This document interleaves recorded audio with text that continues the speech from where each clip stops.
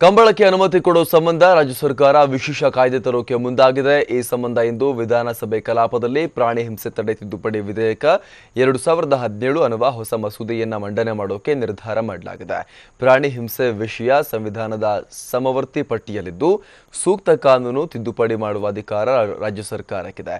ಈ ಅವಕಾಶವನ್ನು ಬಳಸಿಕೊಂಡು ಕೇಂದ್ರ ಸರ್ಕಾರದ ಕಾಯ್ದೆಗೆ ತಿದ್ದುಪಡಿ ತರೋಕೆ ವಿಧಾನ ಮಂಡಲ ಅಧಿವೇಶನದಲ್ಲಿ ಪ್ರಾಣಿ ಹಿಂಸೆ ತಡೆ ತಿದ್ದುಪಡಿ ವಿಧೇಯಕ 2017 ಅನ್ನುವ ಹೊಸ ಮಸೂದೆಯನ್ನ ಮಂಡನೆ ಮಾಡೋಕೆ ಸರ್ಕಾರ ನಿರ್ಧಾರ ಮಾಡಿದೆ।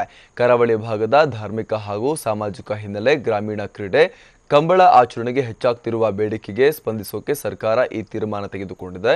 ಆದರೆ ವಿಧಾನ ಮಂಡಲದಲ್ಲಿ ವಿಧೇಯಕಕ್ಕೆ ಒಪ್ಪಿಗೆ ದೊರೆತ ಬಳಿಕ ರಾಷ್ಟ್ರಪತಿಗಳ ಅಂಕಿತ ಬೇಕಾಗಿದ್ದು ಸಾಕಷ್ಟು ಕಾಲಾವಕಾಶ ಬೇಕಾಗುವ ಸಾಧ್ಯತೆ ಇದೆ।